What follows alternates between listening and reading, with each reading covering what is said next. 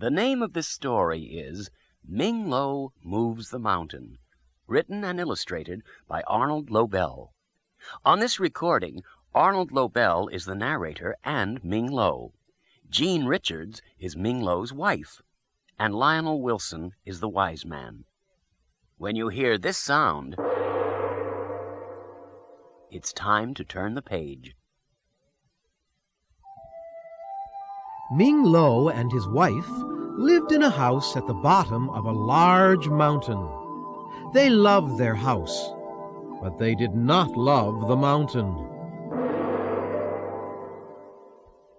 Rocks and stones broke loose from the cliffs.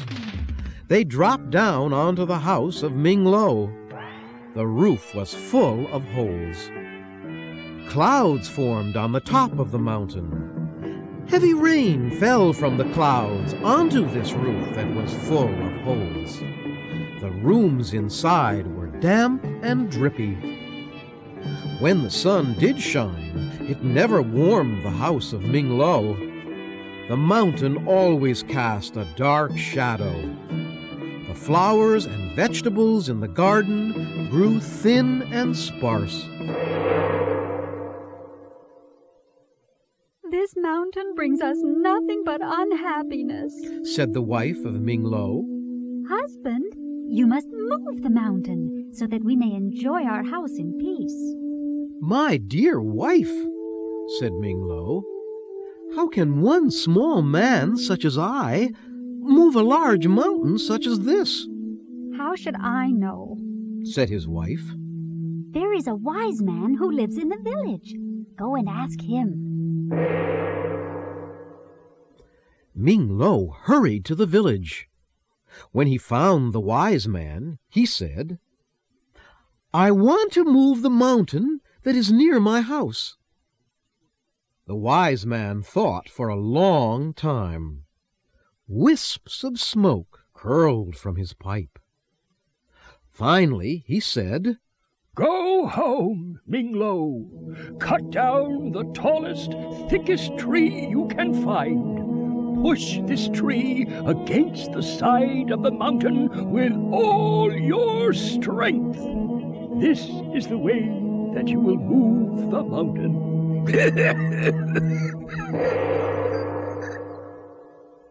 Ming Lo ran home. He cut down the tallest, thickest tree that he could find. Ming Lo and his wife held tightly to the tree. Running as fast as they could run, they pushed the tree against the side of the mountain. The tree split in half. Ming Lo and his wife fell on their heads. Oh! The mountain did not move an inch. "Go back to the wise man," said the wife of Ming Lo. "Ask him to think of another way to move the mountain." Again the wise man thought for a long time. Rings of smoke blew from his pipe.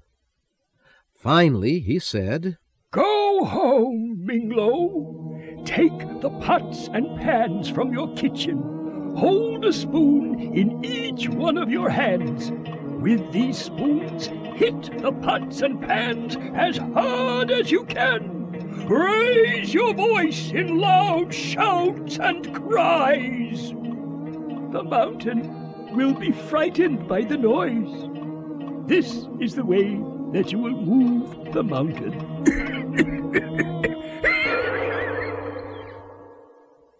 Ming Lo ran home. He took the pots and pans from his kitchen. Ming Lo and his wife held a spoon in each one of their 4 hands. They shouted and cried. They hit the pots and pans as hard as they could. They made a great noise. Flocks of birds flew out of the trees. But the mountain did not move at all. "Go back to the wise man," cried the wife of Ming Lo. "We must find a way to move the mountain." Ming Lo watched as the wise man thought for a very long time. Clouds of smoke billowed from his pipe. Finally he said, "Go home, Ming Lo. Bake many cakes and loaves of bread. Bring these to the spirit who lives at the top of the mountain. The spirit is always hungry. He will be happy to receive your gifts. He will grant your every wish. This is the way that you will move the mountain."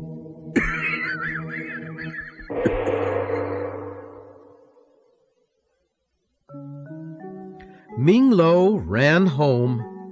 With his wife he baked platters of cakes and baskets of bread.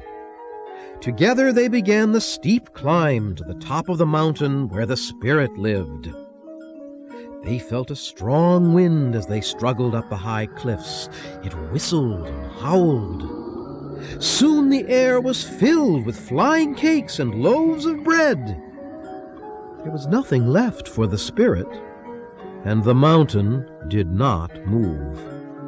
Without waiting for his wife to say a word, Ming Lo went quickly back to the wise man. "Help me to move this mountain so that I may enjoy my house in peace," cried Ming Lo. The wise man sat in deep thought for a long, long time. There was so much smoke coming from his pipe that he could hardly be seen. Finally he said, "Go home, Ming Lo. Take your house apart, stick by stick. Gather all these sticks that are the pieces of your house. Collect all of the things that are your possessions. Bind everything into bundles with rope and twine. Carry these bundles in your arms and on the top of your head. Face the mountain and close your eyes. Having done all this," said the wise man, "you will step to the dance of the moving mountain. You will put your left foot in a place that is in back of your right foot. Then you will put your right foot in a place that is in back of your left foot. You must do this again and again for many hours. When you open your eyes, you will see that the mountain has moved far away."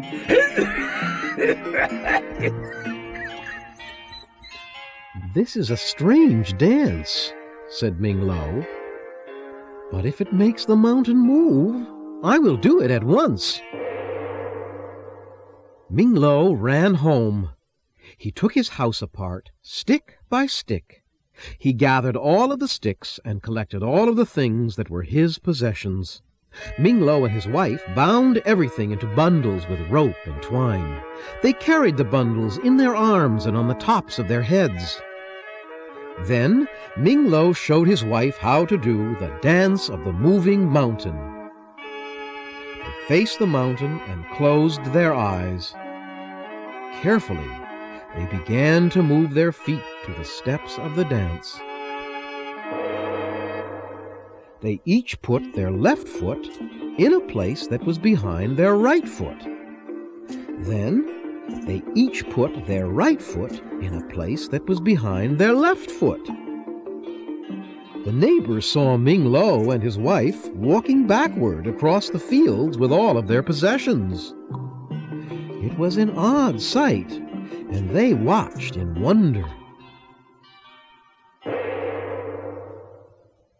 After many hours had passed, Ming Lo and his wife opened their eyes. "Look!" cried Ming Lo. "Our dance has done its work. The mountain has moved far away." Stick by stick, they rebuilt their house. They unpacked all of their possessions and made themselves at home. Ming Lo and his wife lived the rest of their lives under an open sky and a warm sun. When rain fell, it came down gently on a roof that had no holes. They often looked at the mountain that was small in the distance.